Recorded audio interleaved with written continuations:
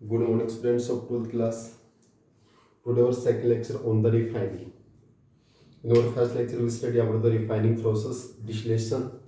उसके बाद हमने liquefaction और उसके बाद vapor phase refining. Today, we study about the zone refining. That is zone refining process. देखिए बच्चों, zone refining process क्या है? What is the zone refining process? बच्चों, जोन रिफाइनिंग प्रोसेस में हम जो सेमीकंडक्टर मेटल्स है उनका एक्सट्रैक्शन करते हैं, यानी by zone refining process we can extract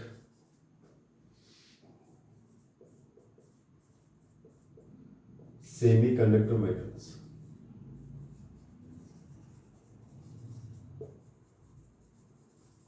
That is silicon and germanium. यानी इस जोन रिफाइनिंग प्रोसेस में हम सिलिकॉन और जर्मेनियम को क्या कर सकते हैं? Extract on the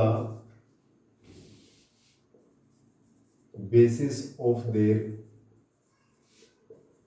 melting point. यहां पर बच्चों हम मेल्टिंग पॉइंट के बेस पर को क्या करते हैं? सेपरेट. यानी जोन रिफाइनिंग प्रोसेस से हम उन मेटल्स को एक्सट्रैक्ट करते हैं जो सेमी कंडक्टर में यूज होते हैं, जो सेमी कंडक्टर कवर करते हैं, सिलिकॉन और जर्मेनियम. इस प्रोसेस में मेल्टिंग पॉइंट के बेसिस पे सेपरेट करते हैं. इन this process impurities having low melting point, whereas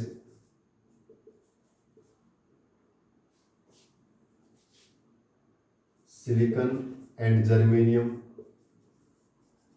metals have high melting point, high MPT.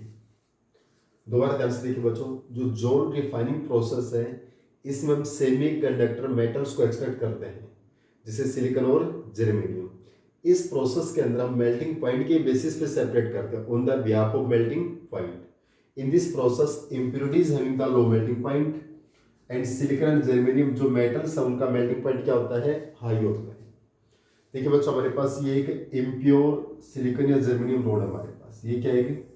Impure silicon या जर्मेनियम रोड है. दैट इज इम्प्योर सिलिकॉन या जर्मेनियम रोड. क्लियर? अब बच्चों यहां पर हम एक सर्कुलर हीटर होता है हमारे पास क्या होता है? एक सर्कुलर हीटर होता है. ये क्या है? Circular heater. ये एक एंड से दूसरे एंड पे मूव करेगा. क्लियर?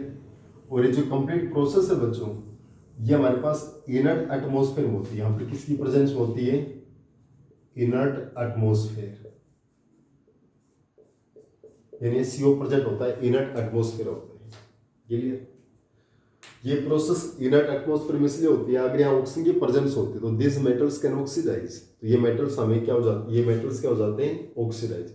इन मेटल्स का ऑक्सीडेशन हो जाता है. उस ऑक्सीडेशन को प्रिवेंट करने के लिए यहाँ पर सिलिकॉन और जर्मेनियम के ऑक्सीडेशन को प्रिवेंट करने के लिए, उसका ऑक्सीडेशन ना उसकी, इसलिए हम यहाँ पर इनर्ट एटमॉस्फेयर की क्या लेते हैं? प्रेजेंस. देखिए बच्चों, हमारे पास ये जैसा हमारे पास सिलिकॉन या जर्मेनियम की इम्प्योर रोड है. क्लियर? हम एक सर्कुलर हीटर ले रहे हैं बच्चों. इस सर्कुलर हीटर क्यों लेते हैं? क्योंकि इस इम्प्योर रोड के एवरी साइड में इक्वल हीट लगे. एवरी साइड में क्या लगे?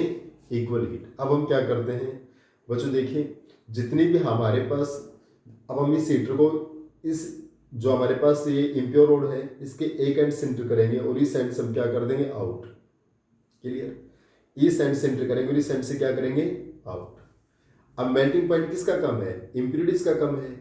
तो जो इम्प्योरिटीज का मेल्टिंग पॉइंट लो है तो वो मेल्ट होके वो इस हीटर के साथ साथ डिफ्यूज होगी. इस हीटर के अलोंग क्या होंगी? Diffuse.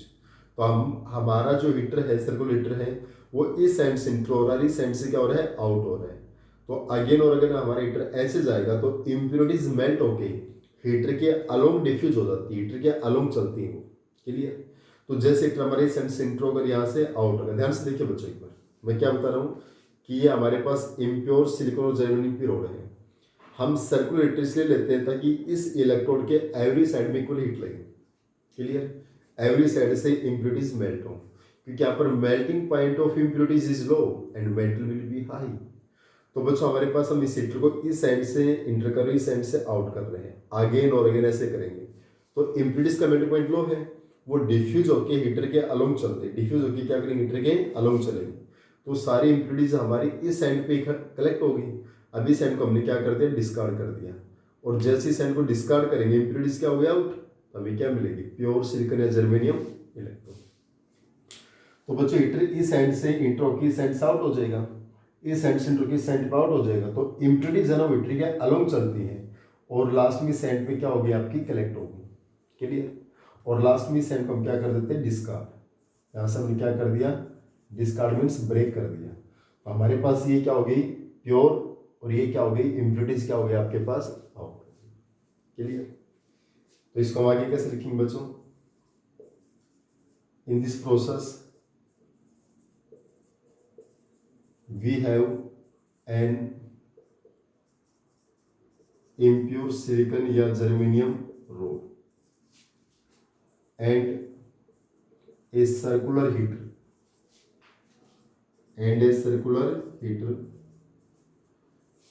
which can enter one end and out other end of the rod. So impurities are diffused along the circular heater and collected towards one end of the row, which is discard. So we get pure silicon या germanium. दोबारा से देखिए बच्चों, मैंने क्या बताया, zone refining बहुत ही simple सी process है, इसको एक बार आप ध्यान से समझिए। In the zone refining process, by zone refining process we can extract semiconductor metals that is silicon and germanium. यानी जोन रिफाइनिंग प्रोसेस से हम जो सेमीकंडक्टर में मेटल्स यूज होते हैं उनको हम क्या करते हैं, एक्सट्रैक्ट करते हैं on the basis of their melting point. इस प्रोसेस में हम मेल्टिंग पॉइंट के बेस पे इम्प्योरिटीज और मेटल को हम क्या करेंगे, सेपरेट करेंगे। यानी हम इम्प्योरिटीज को किस टाइप से सेपरेट करते हैं मेटल से, on the basis of their melting point. In this process impurities melting point क्या होता है, लो होता है, और सिलिकॉन और जर्मेनियम मेटल का जो मेल्टिंग पॉइंट वो क्या रहेगा, हाई रहेगा। मतलब इम्प्योरिटीज का मेल्टिंग पॉइंट लो रहेगा और सिलिकॉन जर्मेनियम का क्या रहेगा, हाई। तो हमारे पास बच्चे इम्प्योर सिलिकॉन या जर्मेनियम रोड लेते हैं, ये हमारा सर्कुलर हीटर होता है आपके पास। और कंप्लीट प्रोसेस किस में होती है, इनर्ट एटमॉस्फेयर में। इनर्ट एटमॉस्फेयर में क्या होती है, to prevent oxidation of such metal. Clear. तो बच्चा हमारा जो सर्कुलर हीटर इस साइड से इंटर हो रहा है और इस साइड से हम क्या करेंगे, आउट करेंगे, इस साइड से इंटर, इस साइड से आउट। तो इम्प्योरिटीज का मेल्टिंग पॉइंट लो है, वो इस हीटर के अलोंग डिफ्यूज होती है और हीटर के साथ साथ चलती है। इस साइड से आउट करेंगे तो इस साइड पे क्या होगी, वो कलेक्ट होगी, और लास्ट में साइड को हम क्या कर देंगे, डिस्कार्ड कर देंगे। So we get the pure silicon. In this process, we have an impure silicon or germanium rod and a circular heater which can enter one end and out other end of the rod. So impurities are diffused along the circular heater. Impurities are diffused along the circular heater and collected towards one end of the rod, which is discarded. So we get the pure silicon germanium rod. Clear? अब बच्चों आप इसको अच्छे से screenshot लेके इसको अच्छे से रिटर्न कीजिए ताकि आपको दिक्कत नहीं आएगी। इसके बाद बच्चों नेक्स्ट हमारी जो रिफाइनिंग की प्रोसेस वो है इलेक्ट्रोलाइटिक रिफाइनिंग। जो सेकंड प्रोसेस वो कौन सी है, इलेक्ट्रोलाइटिक रिफाइनिंग हमारे पास।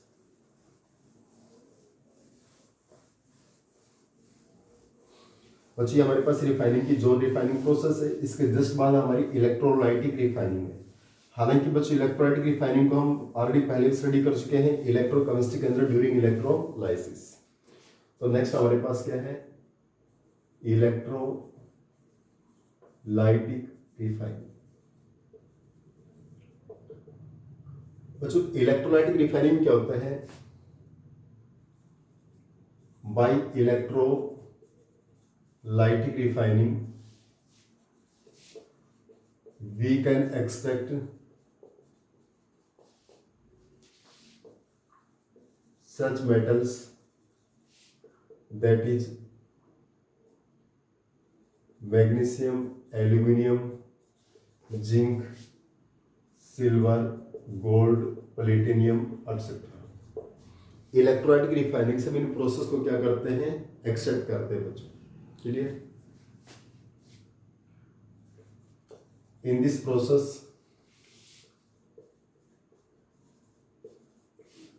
we have an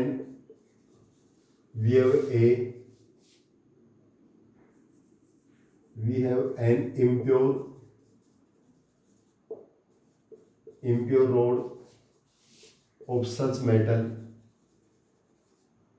at anode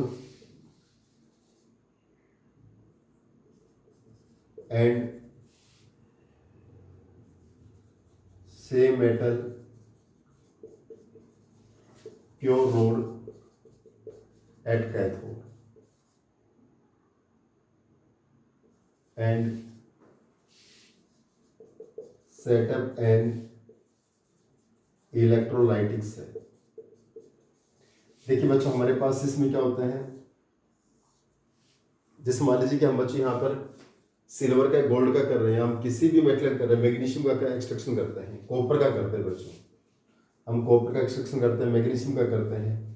तो जिसका हम एक्सट्रैक्शन कर रहे हैं उस मेटल जो इम्प्योर रोड है बच्चों, यहाँ पर हम क्या लेंगे, इम्प्योर रोड। तो ये हमारे पास क्योंकि इम्प्योर कॉपर रोड, हम जिस कॉपर का एक्सट्रैक्शन करते हैं इम्प्योर कॉपर रोड, और इधर हमारे पास क्या लेंगे, हम प्योर कॉपर रोड। क्या लेंगे, प्योर कॉपर रोड। उसी के हमारे पास उसी मेटल की प्योर कॉपर रोड लेंगे और इसको हमने बैटरी से कनेक्ट कर दिया। ये आपके पास एनोड हो गया और ये आपके पास क्या हो गया, कैथोड हो गया। ये डायग्राम का पार्ट ही है बच्चों। क्लियर? और यहाँ पर हमने क्या ले लिया, अपने इलेक्ट्रोलाइट ले लिया कॉपर सल्फेट। इलेक्ट्रोलाइट किसका, यहाँ पर कॉपर सल्फेट, उसी मेटल का इलेक्ट्रोलाइट लेना है बच्चों। देखिए दोबारा से, by electrolytic refining we can extract such metals copper, magnesium, aluminium, zinc, silver, gold, platinum etcetera. In this process, we have an impure rod of such metal at anode and same metal pure rod at cathode। उसी जिस metal का हम extraction करेंगे उसकी impure road को हम कहाँ पर लेंगे, एनोड पे, और प्योर रोड कहाँ पर लेंगे, कैथोड पे। तो हमारे पास एनोड होगा जिसपे पॉजिटिव चार्ज होगा, या हमारा कैथोड जिसपे क्या होगा, नेगेटिव चार्ज होगा। क्लियर? एनोड पे हमारे पास क्या है, इम्प्योर कॉपर रोड, और कैथोड पे क्या हमारे पास प्योर कॉपर रोड, और यहाँ पर क्या है, कॉपर सल्फेट इलेक्ट्रोलाइट। अब जब रिएक्शन होगी तो एनोड पे क्या होता है, ऑक्सीडेशन होता है। तो एनोड पे ऑक्सीडेशन होगा तो बच्चों कॉपर मेटल ऑक्सीडाइज होकर कॉपर 2+ में चेंज हो गया आपका। और जब यहाँ से लॉस हो रहा है ना, लॉस हो रहा है, इसका मतलब ये इलेक्ट्रोड हमारी क्या हो रही है, मेल्ट होती जा रही है। ये इलेक्ट्रोड क्या होती जा रही है, डिफ्यूज, और किस में कन्वर्ट हो रही है, कॉपर 2+। क्लियर? अब हमारा जो इलेक्ट्रोलाइट है कॉपर सल्फेट, ये कॉपर 2+ SO4 2 नेगेटिव ब्रेक होगा। अभी जो कॉपर 2 आयंस है कैथोड के ऊपर, जिन 2 इलेक्ट्रॉन्स को गेन करेंगे और किस में चेंज हो गया, आपके पास कॉपर में, और वो कॉपर हमारी इस जो कैथोड के ऊपर क्या हो जाएगा, डिपॉजिट हो जाएगा। कैथोड पे क्या होगा, डिपॉजिट। अब on passing time, time pass होने के साथ साथ हमारे पास ये रोड क्या होती जा रही है, डिफ्यूज होती जा रही है, खत्म होती जा रही है, मेल्ट होती जा रही है, और किस में कन्वर्ट हो रही है, कॉपर 2+। और यहाँ पर जो इम्प्यूरिटीज होती है बच्चों, इम्प्यूरिटीज हमारी इस बॉटम में सेट हो जाएंगे, जो एनोड्स है। क्लियर? इम्प्यूरिटीज कहाँ पर सेट हो जाएंगी, बॉटम में।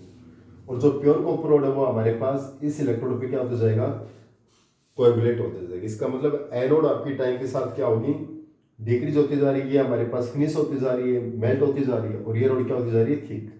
इसका मतलब इम्प्योर रोड किस में चेंज होगी, आपके पास कॉपर प्योर रोड क्या। क्लियर? इस प्रोसेस को हम क्या बोलते हैं बच्चे, इलेक्ट्रोलाइटिक रिफाइनिंग बोलते हैं। क्या बोलते हैं, इलेक्ट्रोलाइटिक रिफाइनिंग। यानी इन द इलेक्ट्रोलाइटिक रिफाइनिंग जो हमारे पास इलेक्ट्रोलाइटिक रिफाइनिंग, इसमें हम किन मेटल्स का एक्सट्रैक्शन करते हैं बच्चों? कॉपर का कर सकते हैं, मैग्नीशियम का कर सकते हैं, एल्यूमिनियम का कर सकते हैं, सिल्वर का कर सकते हैं और गोल्ड, सच मेटल्स। इस प्रोसेस में हम एनोड पे इम्प्योर मेटल लेंगे और कैथोड के ऊपर हम प्योर मेटल लेके चलते हैं। जैसे करंट पास करते थे, इस एनोड पे ऑक्सीडेशन होगा तो ये रो डिफ्यूज होती जाएगी, मेल्ट होती जाएगी, कॉपर आयंस में चेंज हो गई।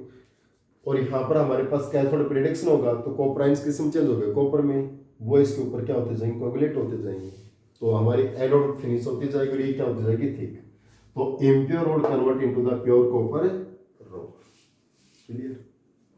इसके जस्ट बाद बच्चों हमारे पास एक आता है क्रोमेटोग्राफी। इसका आप स्क्रीनशॉट ले सकते हैं। हम 4 से 5 सेकंड का गैप डाल देते हैं बच्चों इसमें। इसके जस्ट बाद हम स्टडी करते हैं बच्चों क्रोमेटोग्राफी। बच्चों कई बार क्वेश्चन ये आ जाता है, क्रोमेटोग्राफी क्या होती है? लिक्विड फेज रिफाइनिंग होती है। क्या होती है? Liquid phase refining.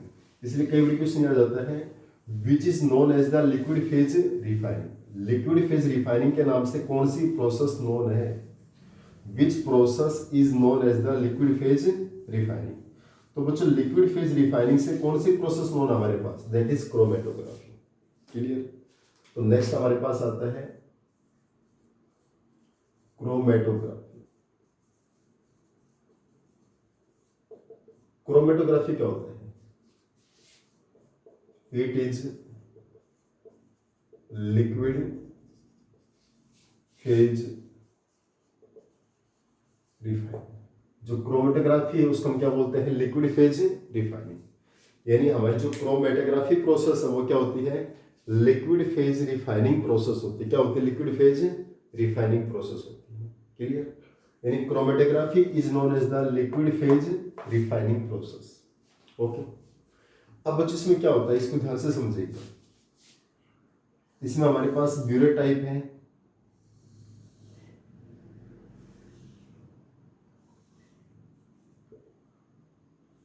अब बच्चों इसमें ब्यूरेट टाइप में क्या होता है आपके पास? इसकी जो वॉल है ना, वॉल, इसकी वॉल के साथ में हमारे पास एडजॉर्बेंट रहता है। इसकी वॉल के साथ में हमारे पास क्या होता है? एडजॉर्बेंट। हमने सरफेस केमिस्ट्री में पढ़ा था, दैट इज द एडजॉर्बेंट। इसके वॉल के साथ में क्या होता है? एडजॉर्बेंट। जो हम एल्यूमिना भी ले सकते हैं Al2O3, सिलिका भी ले सकते हैं, एनिमल चारकोल भी ले सकते हैं। क्लियर? जो इसका सॉलिड फेज रहता है, क्रोमेटोग्राफी क्या रहेगा? Solid phase. अब यहाँ पर बच्चों हमारे पास वेरियस लिक्विड है आपके पास। जैसे हमारे पास इस पार्ट में एक लिक्विड ए है, इसमें बी है, इसमें सी है और इसमें डी है। हमारे एक लिक्विड का मिक्सर है बच्चों। ये इन लिक्विड्स का क्या है? मिक्सर है। ABCD हमारे 4 लिक्विड का यहाँ पर मिक्सर है।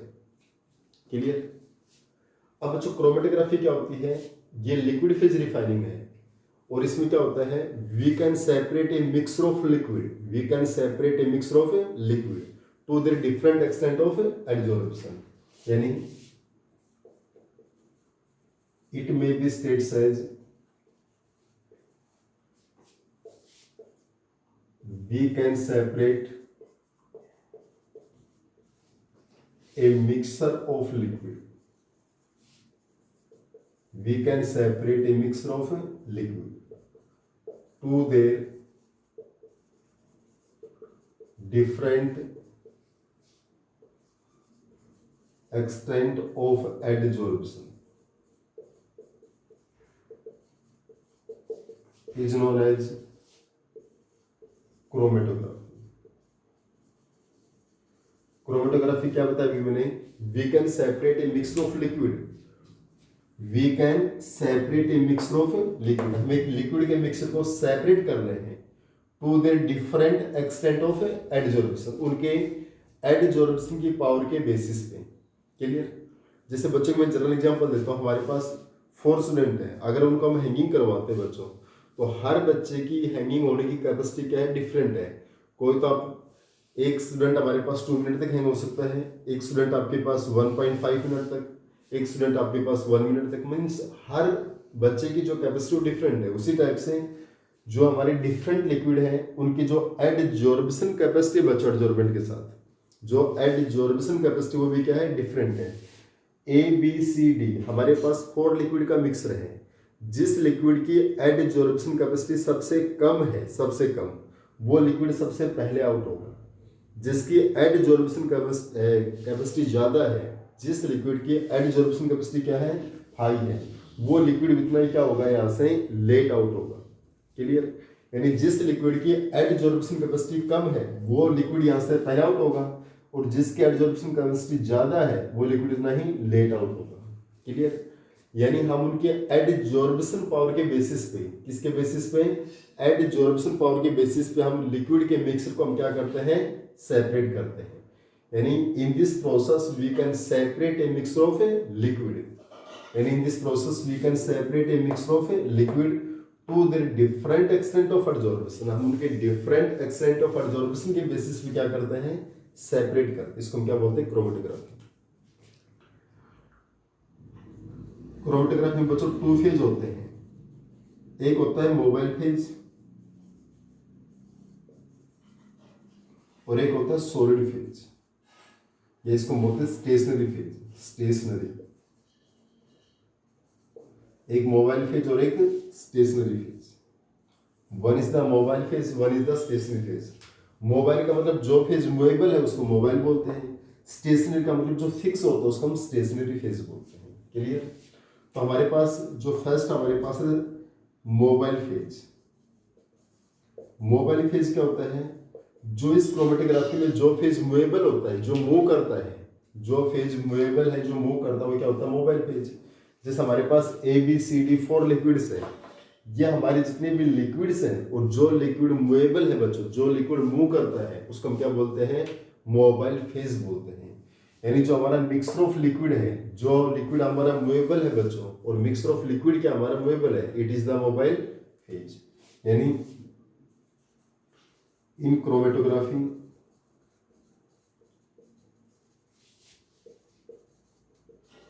a mixture of liquid act as mobile phase. A mixture of liquid act as mobile phase. एक लिक्विड की मिक्सर को हम क्या बोलते हैं, मोबाइल फेज बोलते हैं। और दूसरा हमारे पास है स्टेशनरी फेज। जो फेज यहाँ पर फिक्स है बच्चों, जो फेज हमारे पोजीशन में फिक्स होता है उसको हम क्या बोलते हैं, स्टेशनरी फेज। जो यहाँ पर एडजॉर्बेंट का वर्क करते हैं, जो भी हमारे किसका वर्क करते हैं, एडजॉर्बेंट का। और जो हमारे एडजॉर्बेंट होते हैं वो अपनी पोजीशन पे फिक्स होते हैं, जो अपनी पोजीशन पे क्या रहेंगे, फिक्स, वो हमारे किसका वर्क करेंगे बच्चों, स्टेशनरी फेज का। क्लियर? यानी एडजॉर्बेंट सच एज एल्यूमिना और एनिमल चार्कोल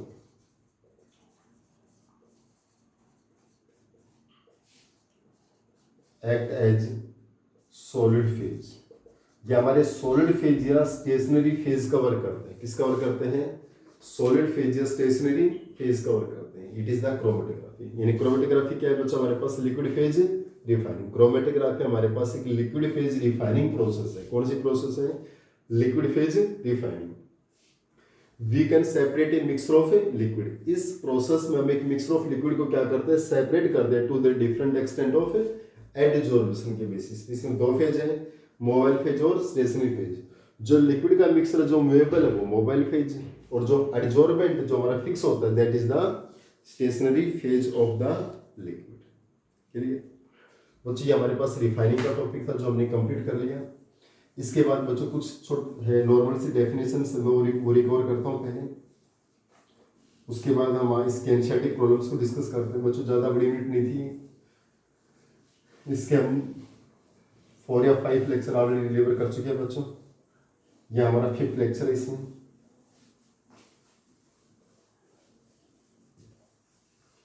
बच्चों नेक्स्ट हमारे पास एक क्वेश्चन बढ़ता है इसमें, how is road iron different from steel. एक जैसे क्वेश्चन इस टाइप से बनता है, how is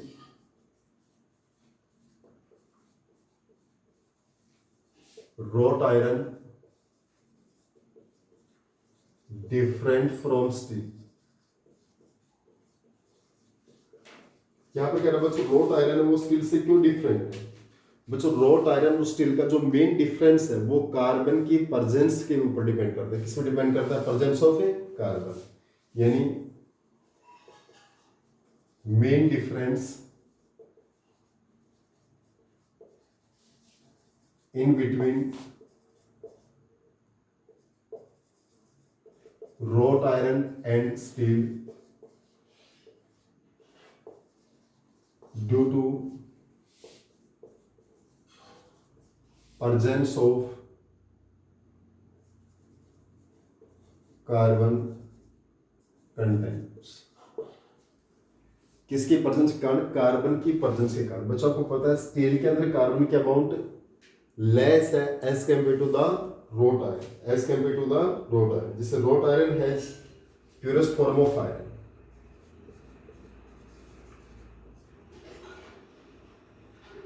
wrought iron is purest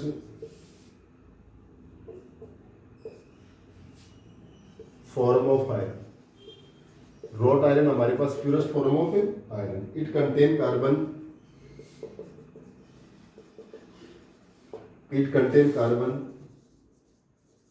0.2 to 0.5%, whereas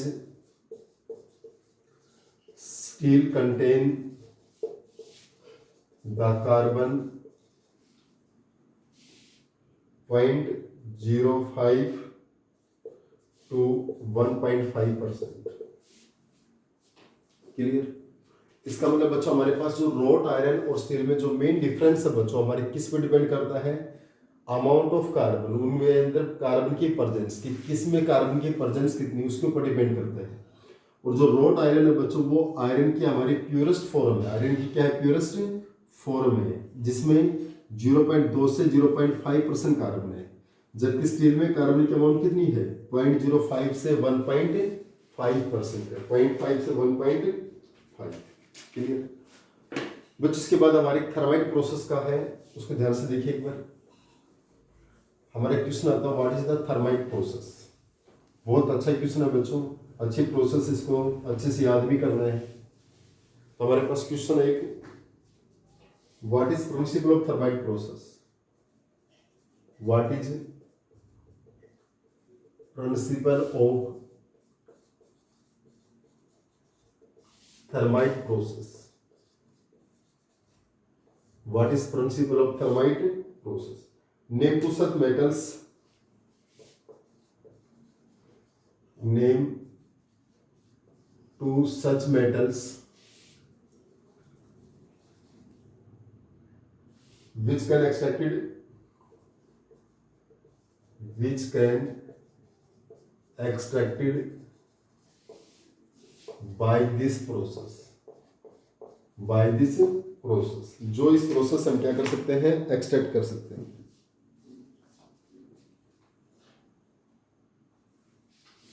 देखिए बच्चों हमारे पास जो थर्माइट प्रोसेस क्या है और हमें कौन कौन से मेटल से हम एक्सट्रैक्ट कर सकते हैं बच्चों, ये हमें बताना है इसमें। क्लियर? तो जो थर्माइट प्रोसेस है ये हमारे एक मिक्सर है, यानी thermite is a mixture of aluminium powder and ferric oxide। जो हमारा थर्माइट है बच्चों वो एल्यूमिनियम पाउडर और किसका मिक्सर? एल्यूमिनियम पाउडर और फेरिक ऑक्साइड का मिक्सर है, यानी एल्यूमिनियम पाउडर और फेरिक ऑक्साइड का मिक्सर है। यहाँ पर जो एल्यूमिनियम है बच्चों, इन दिस प्रोसेस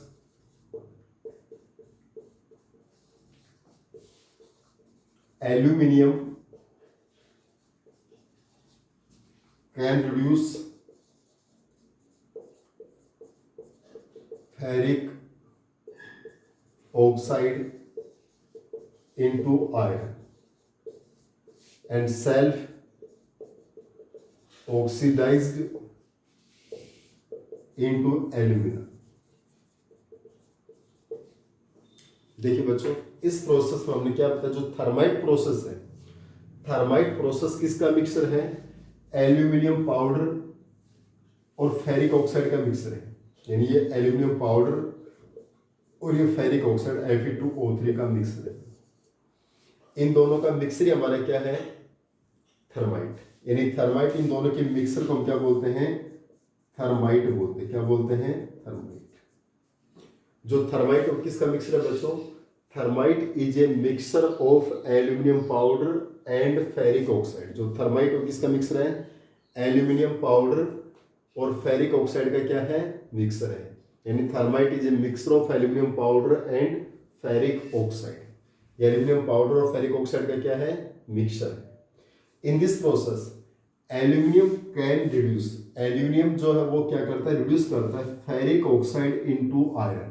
ये फेरिक ऑक्साइड को आयरन में रिड्यूस करता है and self oxidise into aluminium. ये रिएक्शन क्या होगी, यहां से इसको तो रिड्यूस कर दिया आयरन के अंदर टू Fe और खुद क्या हो जाएगा, ऑक्सीडाइज Al2O3। यानी एल्यूमिनियम यहाँ पर फेरिक ऑक्साइड को तो आयरन में रिड्यूस कर दिया और सेल्फ एल्यूमिनियम से एल्यूमिना में क्या हो गया, ऑक्सीडाइज। क्लियर। अब आगे क्वेश्चन क्या बच्चों, name to such metals which can extracted by thermite process. यानी metals which can extract by thermite process। वो मेटल जो थर्माइट प्रोसेस से क्या होती है, एक्सट्रैक्ट होती है। जैसे हमारे पास एक एल्यूमिनियम के साथ किसका मिक्स करते हैं, क्रोमियम ऑक्साइड Cr2O3। किसका मिक्स करते हैं, Cr2O3। एक हम इसका मिक्स कर देते हैं एल्यूमिनियम के साथ Mn3O4। क्लियर। तो यहां से इसका मतलब बच्चों क्रोमियम और मैग्नीज, इन मेटल्स का क्या कर सकते हैं, एक्सट्रैक्शन। क्रोमियम हमारा किस में रिड्यूस हो गया, क्रोमियम ट्राइऑक्साइड, क्रोमियम रिड्यूस हो गया और यहां से क्या आउट हो गया, एल्यूमिना Al2O3। इसी टाइप से यहाँ पर जो मैग्नीज Mn3O4 किस में कन्वर्ट होगा, आपके पास मैग्नीज में, और ये किस में ऑक्सीडाइज होगा, आपका Al2O3। चलो इस रिएक्शन को बैलेंस कर लीजिए बच्चों। बैलेंस तो आप कर लेंगे, मेरे अनुसार कोई ज़्यादा दिक्कत नहीं है इसमें, सिंपल सा वर्क है। क्लियर। यानी इस प्रोसेस को बैलेंस करना चाहते हैं तो यहाँ पर आप 2 लगा दें, 8, 3 लगाना होगा बच्चे यहाँ पर, 12, 4, 8, 9 बैलेंस हो गया आपके पास। क्लियर। दोबारा देखिए बच्चों, थर्माइट प्रोसेस क्या है, what is the thermite process. Thermite यानी what is basic principle of thermite process and name to such metals which can extract by this process. हमारी वो मेटल्स भी बतानी जो हम इस प्रोसेस से क्या कर सकते हैं, एक्सट्रैक्ट कर सकते हैं। Thermite is a mixture of aluminium powder and ferric oxide. जो थर्माइट क्या है बच्चों, एल्यूमिनियम पाउडर और फेरिक ऑक्साइड का क्या है, मिक्सर है। फेरिक ऑक्साइड का क्या है, मिक्सर है। इस प्रोसेस में जो हमारा एल्यूमिनियम है, aluminium can reduce ferric oxide into the iron. ये फेरिक ऑक्साइड को एल्यूमिनियम में क्या कर देगा, नाइस, आयरन में क्या कर देगा, reduce and self oxidise into aluminium. देखिए जब एल्यूमिनियम से Fe2O3 रिएक्शन करता है तो ये किस में रिड्यूस होगा, आयरन, Fe2O3 से Fe में, और सेल्फ क्या होगा, ये ऑक्सीडाइज। अब कहता है name to such metals which can extract by this process. तो अदर मेटल्स कौन से एक्सट्रैक्ट कर सकते हैं इस प्रोसेस से, वो हमारे पास आता है क्रोमियम और मैग्नीज। अगर एक Cr2O3 से रिएक्शन करता है एल्यूमिनियम तो हमारे पास क्या बन गया आपका 2Cr + Al2O3। Mn3O4 से रिएक्शन करता है क्या बन जाएगा आपके पास, मैग्नीज आउट हो गया, ऐसा ही। तो हम आयरन के साथ में मैग्नीज और क्रोमियम को भी इस प्रोसेस से हम क्या कर सकते हैं, एक्सट्रैक्ट कर सकते हैं। क्लियर। एक बच्चों छोटा सा क्वेश्चन बहुत बड़ा एग्जाम आता है, व्हाट इज द कॉपरमेट। चलो मैं ये रिटर्न कर देता हूँ, व्हाट इज कॉपरमेट। एक छोटा सा क्वेश्चन आता है बच्चों, मेरी टाइम सास किया जाता है, व्हाट इज कॉपरमेट।